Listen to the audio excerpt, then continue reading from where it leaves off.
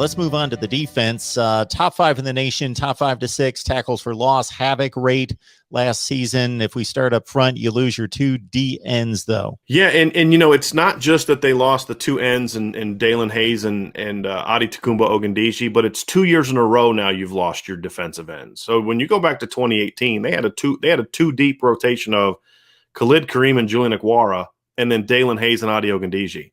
That was their depth. Well, all 4 of those guys got drafted. They're all gone. So it's kind of that cumulative effect of losing those players. And now there's some guys that got to step into key roles.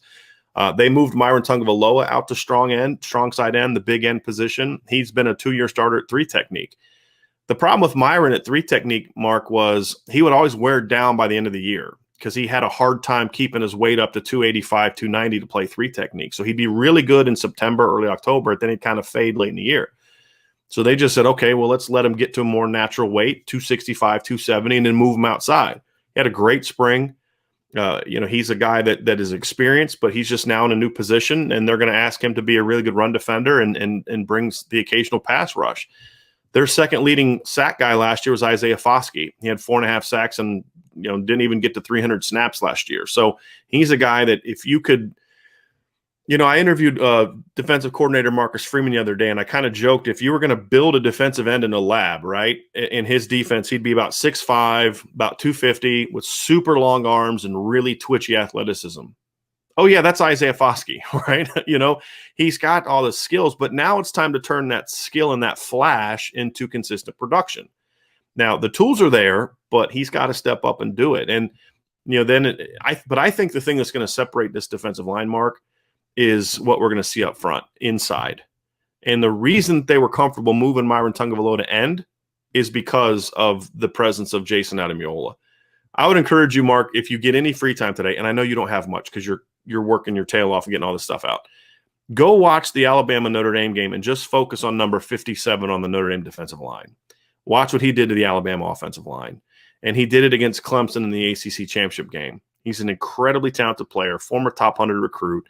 It's just been about the opportunity. He's healthy now. He had a great spring. I mean, you could have after every practice in the spring, we got 3-minute highlight videos. I've been told by sources, you could have just put a 3-minute Jason Adamiola highlight video together after every practice, which it gets me excited about him, but then makes me really nervous about the offensive line that they just couldn't block this guy all spring. But he's a guy that I think in this defense, you're going to need more production from the inside. Clark Lee didn't ask his interior players to make a lot of plays. It was do your job, shoot gaps, penetrate, hold up blocks, allow the linebackers to go make a lot of plays, which is fine. That works. There's all types of different ways to be successful. Marcus Freeman's defense wants those guys to make more plays on the ball, and Jason Adamiola is that guy. And honestly, Mark, if you were to take the second string at Notre Dame and their defensive line and say there's probably 7 or 8 teams on Notre Dame's schedule who would love that to be their starting defensive line. That's the difference. 5 years ago, that was not the case. Notre Dame had a really good starting defensive line in 2015. You had Sheldon Day, NFL player. Romeo Okwara, NFL player. Isaac Rochelle, NFL player. Jerron Jones, NFL player. Or Jerry Tillery, Jerron Jones got hurt in fall camp. Jerry Tillery, first-round NFL draft pick. But then you look at what the second team was, and it was a whole lot different than what the first team was. This team can just throw waves at you. And to me, that's what the best teams can do defensively. You can't just have your starting D-line because kids aren't playing 60, 70 snaps like they used to. There's too much tempo. The game is different. You don't have it's a more up-paced game. You're getting more snaps in. You can't do it like you used to. You have to have depth. And Notre Dame's just throwing waves of people. I mean, there's guys that are fighting to be on the third team mark at defensive tackle that 4 years ago would have been playing 30 snaps a game. That's just been the amazing thing, and a credit to Mike Elson for really reloading and restocking that depth chart on the defensive line. So, Brian, you gave us a hint into what could be a difference between Marcus Freeman's defense and Clark Lee's defense, the use of the defensive tackles and the responsibilities there. Based on your conversation with Marcus Freeman, and everybody should go check that out. Of course, he comes in with a huge upside coming in from Cincinnati. Clark Lee moves on to Vanderbilt as head coach. Have you been able to gain anything else in regards to what Freeman's going to keep in place versus what he's going to tweak? I think that the nice thing that Coach Freeman's stepping into is he understands that Clark Lee left a great foundation of strong fundamentals. The one difference between the two coaches is Clark Lee is very much we're not going to have a lot of stuff. We're just going to kind of line up and play. And I think that was good in a lot of instances. Notre Dame had better players than most people, but at times it could kind of get them in a little bit of trouble.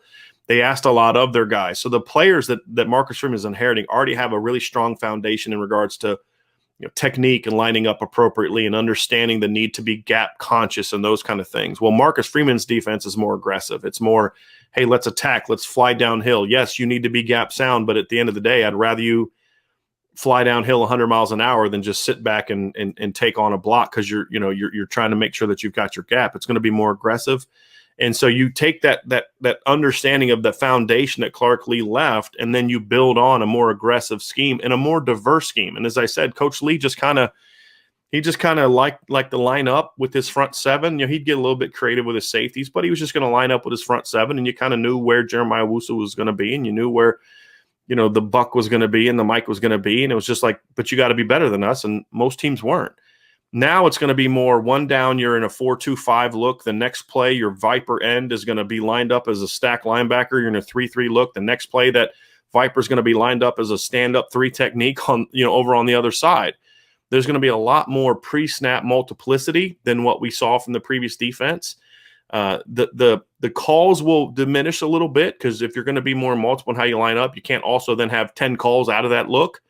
So you're going to see a little less of that, less volume from a call standpoint, more versatility from how they're going to line up. And then the other big difference is going to be Coach Lee was more of a zone guy, corners playing off, keep things in front of you, don't give up big plays. This defense is going to be much more aggressive. It's going to be a lot more man coverage, a lot more press coverage, a lot more, safeties coming down, having to play more man in the slot, kind of guys, guys like that. And just a lot more pressures from the front. So those are going to be some of the big differences that we're going to see from this defense. So we'll move to the back seven. Drew White, 9.5 tackles for loss, 60 stops in a shortened season. So why is he a standout player? What are some of his characteristics? How do you feel about the linebackers across the board? What's interesting about Drew White is he didn't actually play that well last year, and yet still had, as you mentioned, 9.5 tackles for loss and 60 snaps in a situation where he was rotating a decent amount. And he's he's an underrated athlete. I think what happened to him last year, Mark, is the will linebacker. They called it a buck last year. It's called a will linebacker now in this defense. Was not good. Notre Dame starting will linebacker last year, and I still have a hard time believing this. Shane Simon had 14 tackles in 11 games. I don't see how a starting linebacker, Notre Dame's top special teams guy who played one game at linebacker against South Florida, had 13 tackles last year. I don't see how a starting linebacker can go through a whole season and have 14 tackles. That just kind of speaks to the lack of production they got. And then the guy he rotated with only had like 20 something tackles. So like they didn't produce much. And there was a lot of issues there. And I think Drew White had to spend so much time worried about that position that it took away from his game. Well, I think that position is going to be a little bit more short up. Those guys are all back. I think Marcus Freeman's going to put them in a position to be more aggressive and attack more. And I think that's going to benefit Drew White to just, hey, do your job, man. Don't worry about everybody else. You do your job, right? We'll get those guys lined up. Go play and be active. And I think Drew's going to fit in well there, assuming he's healthy. But the guy to look out for me was a kid named Jack Kaiser, who's going to be stepping into the shoes that Jeremiah Owusu-Koramoah left. Jack actually started one game last year against South Florida when Shane Simon was out with COVID protocols, and he had like 9 tackles. So he had almost as many tackles in one game, one start, as Shane Simon had in the other 11 starts. He's a very athletic kid, was the only 1A Mr. Football in Indiana in history. And he was a quarterback and a free safety in high school. So it kind of speaks to his athleticism. But he's a guy, he's not going to be Jeremiah Owusu-Koramoah, right? So he's not going to get a lot of the love that Jeremiah got, because Jeremiah was a freak. I mean, he just made plays. You're just like, come on, how's a guy supposed to make that play? I can't coach that, right? Like, that's just a dude being a dude. I think Jack's going to be a little bit more disciplined as a player than Jeremiah was. I think he's going to be very effective. He's going to be productive, and they're going to need him to be, because if you looked at the rover in Marcus Freeman's defense last year, Jarrell White, if you project him out over a 13-game season, because they only played 10 games last year, he would have had about 100 tackles, about 10 tackles for loss, about 4.5 sacks, 2 picks, and about 5 pass breakups. That's a lot of production. Jack Kaiser is going to get an opportunity to do a lot of that, and I think he's a guy that is going to have to play well because again, look whose shoes he's trying to fill. But I think Jack's going to fill them quite nicely. Yeah, Kaiser had 20 tackles, 3 for loss, and had a pick. And I was actually just curious to see who that was against. Boston College. There it is, against Yeah. BC. Yep. Very nice. You mentioned Drew White maybe not playing as well as he possibly could based on a number of factors. Kyle Hamilton's one of the best in the business, and he couldn't play at his best because he was banged up most of the season, but still was one of the best around. So he leads the secondary, obviously. Yeah. It says, I mean, he played like an All-American last year. He wasn't some guys, this, Mark. You've been, you're the voice of college football, right? You've been following this a long time. There's a lot of guys that get named All-Americans because of who they play for or their reputation. Kyle Hamilton played like an All-American last year. I mean, he was really effective. But as you said, he had an ankle injury he suffered early in the year that kind of dogged him all year. And yet he still played the way he did. He is a very special player. He's every bit of 6'4". He's an exceptional athlete. He comes from a basketball family, so it kind of explains his agility, his twitchiness. His brother played guard at Penn. His dad played overseas for, I think, almost like 20 years. He played at, I can't remember, I think he played at like LaSalle, something like that. But his dad is a 6'7" guy. His brother's 6'5", so that's where you get that range from. He's a really fluid, explosive athlete.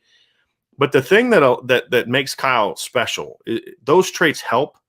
He's an incredibly intelligent football player. He rarely makes the same mistake twice. And even in practice, when we couldn't go to practice last year, but as a freshman, he would go out in a practice and just get smoked off corner routes for like 3-4 times in a row. And then the rest of fall camp, I never saw anybody beat him on a corner again because he just had that ability to say, okay, this is why I got beat. I watched the film. I made the correction, and you're never going to beat me on that again. And that's just the kind of guy he is. He's an incredibly smart football player as well, which allows him to sometimes, he'll start kind of going to where the ball is going to be before the ball snapped. He just kind of has it, okay, they're doing this, and this. I know what's coming. That kind of football IQ really separates him. And that's what he was doing as a sophomore, a true sophomore. He's going to be a junior now. He's got a full year starting under his belt. The expectations are that he's just going to be an absolute beast back there. But look, the reality is there's no Jeremiah Owusu-Koramoah on the team this year to try to shy people away from going at Kyle. They're going to just be able to avoid him. You had to go at Kyle Hamilton at times because what was your alternative? Running at Jeremiah Owusu-Koramoah? You know what I mean? That's not going to be the case this year. So teams are going to avoid Kyle a lot more, which is going to put a lot more pressure on the rest of the secondary to step up and play well. The other safeties are going to have to step up. Cam Hart steps into a starting position at cornerback. He's going to have to be really good because they're going to throw him to the wolves. You're going to be playing a lot of man coverage. He had a great spring. Clarence Lewis has to step up. Tariq Bracy needs to bounce back, get to his 2019 form. That's the position group where I have the most question marks and why it's so important that the defensive line does play to its full potential. Because if the defensive line is not putting pressure on the quarterback, I don't think this is a secondary that can just go out and cover people all day. It's not like the 2018 unit. So that would be my one concern of just the lack of certainty other than Kyle Hamilton at those positions. But there's good talent there. Don't get me wrong. It's just very unproven. You could have a concern here with your place kicker, Jonathan Dorr. He's been pretty rock steady for a long time, 33 of 44, but most of those misses came a little bit late down the stretch last year. Your punter, your place kicker back, so the specialist back, that's always a good sign, typically a good sign. But again, he had some misses late. It's, look, kickers are an interesting breed of football player because a lot of it's just in their head. Like some guys can make a miss. It's like quarterback, right? Some guy can throw a pick and he's like, whatever, I screwed up. I know what I did wrong. Another guy throws a pick and it just snowballs. And that's what happened to Jonathan Dorr last year. If you look through the first 6 games of the year, he had one miss. He was almost perfect. And then he had a miss against Clemson. And then after that, he had a miss in every single game after that. And you look at the ACC title game, he makes this first drive, he makes this long 40-plus yard field goal. And then the next drive, he's got a shot for one that's basically a borderline extra point. And he shanks it and he hits off the upright. And you're just like, how do you drill a 40-plus yarder and then miss an extra point? It's because it's up here. And that's going to be the thing with Jonathan is, can he get out of his own way? Can he get out of his own head? if he can, he's got a really live leg, and he's got a very strong kicking leg. But it's just about, you got to get out of your own head. And if he can do that, he'll be fine. If he can't, they're going to have some issues. They got a freshman named Joshua Bryan that they brought in. So if Dorr struggles, you're going to have a little bit of a challenge. And then Jay Bramlett at punter is the exact opposite of Jonathan Dorr. He's about as steady as you're going to find. Doesn't have the big, powerful leg that Dorr had, or that Tyler Newsome, the previous punter, had, but about as consistent. I mean, his hang time is just insanely good, and teams just can't get returns against him. Number one, because of him, but then number two, because Notre Dame's coverage units on special teams are outstanding. And all those athletic linebackers and safeties and corners that they have is a big part of that. But Jay Bramlett's about as steady as you're going to find, and if they can get Jonathan Dorr to get his head back on track to where it was in 2019 when he was really good, he went 17 of 20. If they can get him to do that, then like you said, the special teams, at least the coverage and the kicking operation will be pretty good. Brian, you may have made a mistake in bringing up the Dorr kick, because this is going to take us in a direction that is probably bad hosting on my part. I know that 2020 is dead and gone. It's going to take you to a bad place, but I'm just curious, because this is the college football nerd in me. So for a second time against Clemson in a critical game, going back to the playoff game of 18, and then of course the ACC championship game, and I'm not discounting the win in South Bend, but if I remember right, that Dorr kick was made sometime late in the first quarter. So we're late in the first quarter or early second quarter, and it's 3-0 Notre Dame. And there were some missed opportunities on the field, as you alluded to before. And so we have a good chunk of the game out of the way, and Notre Dame, get the team straight. Notre Dame has outplayed Clemson at that point. Mm-hmm. If you go to mid third quarter, the game's mid to late third quarter is when it's like 31-3, the game's over. So the Clemson barrage comes in like a quarter and a half. Very similar to what happened in the playoff game in Dallas a couple of years earlier, where it's a 6-3 game or whatever it was, something in that range, forever in the first half. There's like 5 minutes left in the first half. There's a barrage. Game's almost over. 23-3, I believe, was the halftime score. What happened? I guess I'm going to cut to the chase. It was two different things. In 2018, it was Julian Love went down. Julian was Notre Dame's consensus All-American, and then Clemson, like a good team does, said they're All-Americans out. We're going to go at that guy with T. Higgins and Justin Ross. That's called good coaching, right? And Trevor Lawrence made two great plays. I mean, it was just like that. This game was just an example of where Notre Dame is as a program and why they're not competing for championships, Mark. It was the perfect example of why they're not winning. Notre Dame's first drive, they go right down the field. Ian Book has Javon McKinley on a third down, doesn't take advantage of it. They settle for a field goal. The next drive, they go all the way down. They pick Trevor Lawrence off on the first drive of Clemson's drive. They go all the way back down again, get in the red zone, should have punched it in the end zone, didn't, settle for a short field goal, and it's missed. And then Clemson goes down and scores, right? 7-3. Then Notre Dame marches down into Clemson territory again, gets it on fourth down. Ian Book has a guy open, throws behind him, incomplete. Notre Dame turns it over on downs. Notre Dame's first three drives, they marched down and got in scoring territory against Clemson, came away with 3 points. You can't beat teams like Clemson when you do that. And then Clemson goes down on their next drive, scores another touchdown, and it's ball game. And that's where Notre Dame is right now. It's the defense has shown, hey, we can keep the game close. I mean, you look at Notre Dame gave up 30 points in 2018. Well, that was a Clemson team that scored 44.5 points per game. That was a Clemson team that scored 37 offensive points against Alabama in the title game, because they had the A.J. Terrell pick six, and kind of took their foot off the gas at the end, if we remember that game. They could have kept scoring on Alabama in that game. And yet Notre Dame held them to 30, and like you said, 14 of it was in a minute 50. It was 9-3 with a minute 50 left in the half. And then Clemson went bam, bam, touchdown. And this was the same thing. You have a chance for it to – Clemson's second touchdown at worst should have made it a 14-13 game. If you're Notre Dame, you're fine, right? We're in this. But instead, it's 14-3, and then you could just see the team get deflated. You could literally see it on the sideline, and that's something that didn't happen to that team much during the season is it was kind of like a here we go again. And then, of course, the next drive, Notre Dame goes out 3 and out, and Clemson gets another point, and it's ball game. And Notre Dame never threatened them again after that. And you can't miss those opportunities when you're playing a team like Clemson. I mean, not if you want to win the game, unless you got Joe Burrow and Jamar Chase and Justin Jefferson, you have to take advantage of those opportunities. And what would have happened in 2018, Mark, if Ian Book on that second drive bangs that post route to Miles Boykin, now all of a sudden it's 7-0 instead of you're down 3-0? What would the energy have been like on the field? That's a real thing in football. What would have happened if Notre Dame gets a touchdown and a field goal on their first 2 drives instead of settling for a field goal and then missing a field goal? What if they're up 10-0 all of a sudden? What's Clemson's emotion and energy like at that point in time?